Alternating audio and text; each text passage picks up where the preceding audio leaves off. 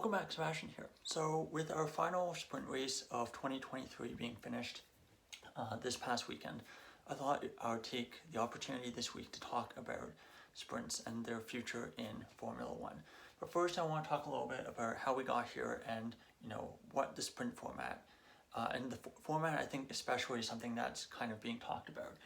So first, sprints were introduced in 2021 by FOM, and they were really pushed as a way to increase viewership, increase attendance at both the Grand Prix and both TV numbers back at home on Fridays and on Saturdays.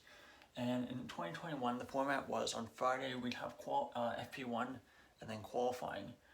Saturday we'd have basically a meaningless FP2 and then sprint and the Grand Prix. And I say meaningless because in the rules of Formula One, the setup of your car, the vast majority of the things that you can adjust and change with your car are locked in after the start of qualifying. These are called the Parc Fermé regulations. Basically, they're intended to force teams to compromise between a setup that is suited specifically for qualifying and a setup that is suited specifically for the races. And this has been in place for a very long time. Of course, in the 2021 format, you only had points for the top 3 points for the winner, 2 points for the second, and 1 point for third. And the grid, the result of the sprint would set the grid for the Grand Prix, so they were calling it sprint qualifying. And of course, the one main drawback of this format, I felt, was that outside the top 3, very little happened. The positions were basically meaningless. So if you finished 4th or 5th, you still got no points. And the other thing was that because this sprint set the format for the Grand Prix on Sunday, drivers were extremely hesitant to push and risk a mistake, sending them possibly to the back of the field. A good example of this was Gasly at the 2021 Italian Grand Prix. Had an exceptional qualifying, I think qualified top 4, top 5, made a mistake at turn 3 on the first lap and had to start from the back of the grid on Sunday, which in a normal weekend would not have happened. So in 2022 they made some changes. The format is still the same, but they changed the points structure so that it's 8 points for the winner and then decreasing by 1 all the way down to 8th place. I think most people thought this was a positive change as it meant that those positions from further down the grid became more valuable and there's actual points to fight over. So drivers in 5th, 6th position actually had a reason to overtake. Then in 2023, I think there were still a lot of complaints in 2022 about drivers not wanting to push because it was still a sprint qualifying setting the grid for the Grand Prix. So in 2023, they basically separated the sprint and the main Grand Prix. So Friday FP1 and then qualifying on Friday, and then Saturday morning sprint qualifying and then the sprint. So you basically have this independent sprint event with a separate sprint qualifying and a sprint on Saturday, with the main qualifying on Friday and then the Grand Prix on Sunday. Same points format. And I do think that this was a bit of an improvement. Not have the sprint set the grid for the Grand Prix mean that I think drivers have been more willing to take risks in that sprint. But I think it has come with its own drawbacks. Having 2 qualifying sessions means that you basically have, for the most part, you could have 2 very similar results. What else? I think the other thing that I think has come to, now getting into this part, which I think is the main complaint of the sprint format, is that the one main complaint that I see a lot is that it is revealing race pace. For example, this past weekend in Brazil, Mercedes had absolutely awful race pace. Not having the sprint on a Saturday would have meant that we wouldn't have known that until Sunday. So that would have been a big question mark. The other point, like I mentioned before, setups are locked in. And while for a team like Mercedes, they were basically stuck with this format, that the setup that they had on Friday all the way through till Sunday, this means that if you make a mistake on one of those days, you're kind of screwed for the whole weekend.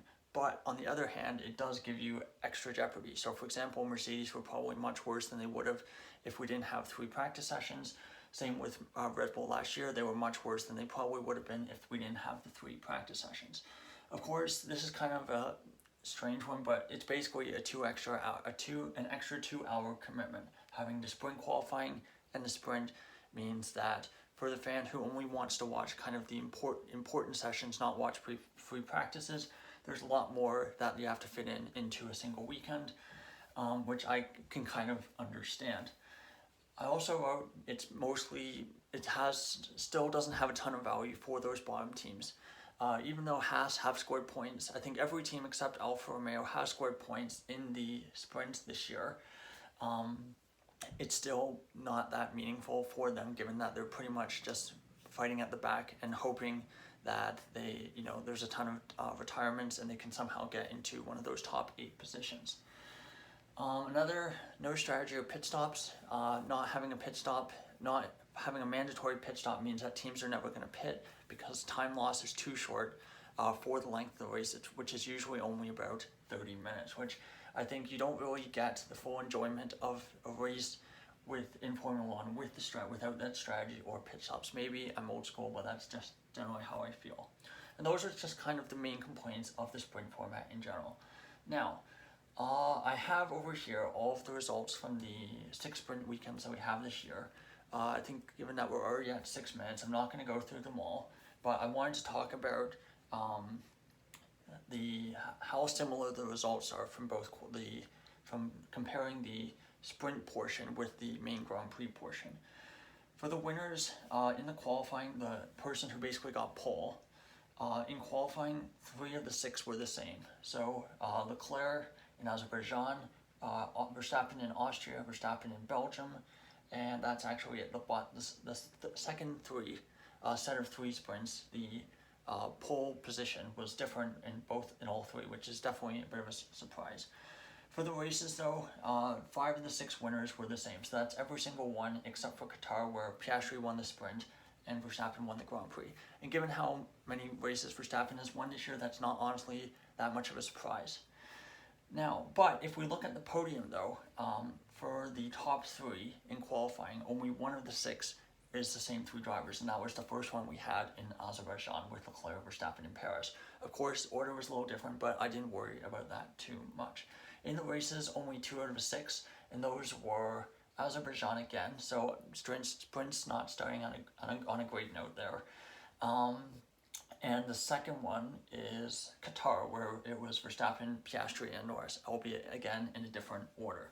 So only 2 out of 6 for the races, but I think Formula 1's been a bit lucky this year with the fact that we have so many different teams and so many different drivers competing for those spots on the podiums, and with Perez kind of having quite a few struggles this year, that's meant that basically 2 spots on the podium are really open for about, on any given weekend, 6 to 8 drivers. So that's definitely helped. If this was 2021 or 2020, where every podium it seemed like was Hamilton, Bottas, Verstappen, I think there would be a lot more complaints about that. But given how that we've had quite a bit more unpredictability with the drivers on the podium this year, that hasn't been as much of a complaint. But of course, there's no guarantee that the kind of parity that we see between those 4 teams, Mercedes, Ferrari, Aston, McLaren, there's no guarantee that that will continue next year. Now, as for suggestions for what to do next year, I think one thing that I think motorsport.com and a couple other places have reported this, but one of the suggestions that they're looking at is swapping qualifying and the sprint. And what I mean by that is that qualifying would move from Friday back to its original spot on Saturday afternoon, and then sprint qualifying would be Friday afternoon and the sprint would be Sunday morning.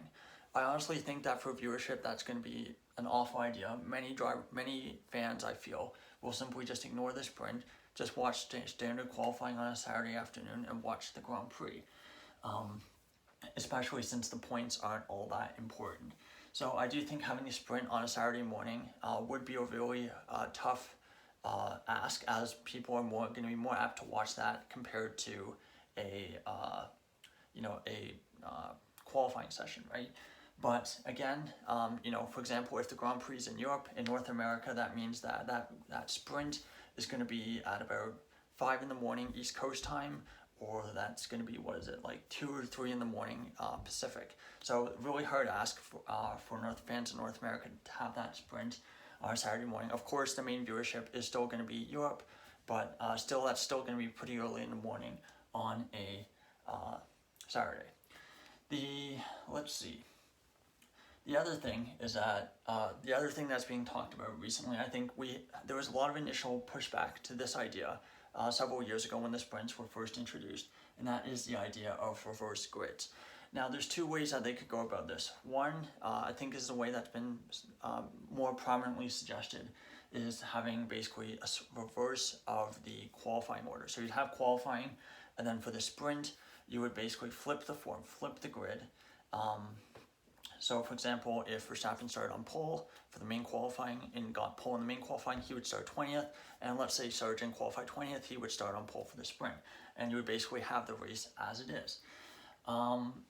That could be an interesting way to do it, but I feel like, this is something that where you may have tampering, where drivers actually selectively going for a different position. So, for example, if I'm Verstappen, maybe if I know I have such a massive race pace advantage, to save myself the bother of having to deal with a ton of carnage, with the lower midfield teams and the teams at the back, maybe I decide to get into Q3 and then not qualify at all, start 10th for both the Grand Prix and 10th for the sprint. I know I have the race pace to win, why not do that, right? So something like that may be, you may have drivers start to try to strategically position themselves in qualifying, which is not what we want. Another option is reverse championship grid. So, for example, let's say you don't have the first sprint of the season until about a third or a quarter of the way in. You basically just have your qualifying for the main Grand Prix. For the sprint, it would be reverse championship order. So let's say that next year, 2024, Ferrari have a great start. Leclerc is leading the championship. He would start 20th for the sprint. And let's say, let's say that Haas have a disastrous start to the season. They don't have any points. You would start with Magnussen and Hulkenberg on the front row next year. So that could be quite interesting. I think the one concern that I have about that is that generally throughout the season, the championship standings don't change a whole lot. So I could see there being complaints about it being quite repetitive. For example, if you had the sprint this year, if you had that format this year, you would have had, I think, either De Vries or Sargent pretty much on pole for almost every sprint, except for maybe when Ricciardo showed up for his first race. So it's something that they're gonna have to negotiate and try to figure out. Of course, there's the option of it being scrapped entirely and us having no sprints at all next year, which I don't think is where we're heading. I think we will have sprints in some format and in some number. But the one thing that would lead you to the sprints being scrapped would be money. If FOM in particular decide that having this sprint format is actually losing them money, particularly in terms of TV viewership, then that's some way that I could see the sprints just being axed entirely. If I think I've read suggestions online about this, but it's very hard to find concrete numbers on this because there's so many different, it's such a global sport and there's so many different ways to watch F1. But for example, if they feel that the increase in viewership on a Friday by having a competitive session on Friday does not compensate a potential loss on a Saturday or Sunday, if they're actually getting less viewers overall, then that's a way that advertisers won't be happy because they're having to pay more to advertise on those sprint weekends. Same with the organizers are having to pay more to FOM to host a Grand Prix, to host a sprint weekend because of that promise of more on a Friday. So that's kind of my thoughts on what the sprints are going to look like. I think for next year, I think we will have sprints, just to conclude. I'm not sure what the format will be. I do feel like it's either going to be one of these two, either having the order of events swapped around or the reverse grids. I'm not sure which way they're leaning. I think it's too early to say. I think my personal preference between the two would be the reverse grids. I think it will lead to a lot of overtaking, a lot of carnage, potentially, but I do think that would be an interesting way to do it. So thanks so much for watching my video on the sprints. Of course, we have no Grand Prix this coming weekend, and then we get a nice break. I think I'm going to be doing one more video before the Las Vegas Grand Prix, and then we'll be getting into Las Vegas Grand Prix week pretty quickly, given that everything's going to be shifted a day earlier. So thanks so much for watching, and goodbye.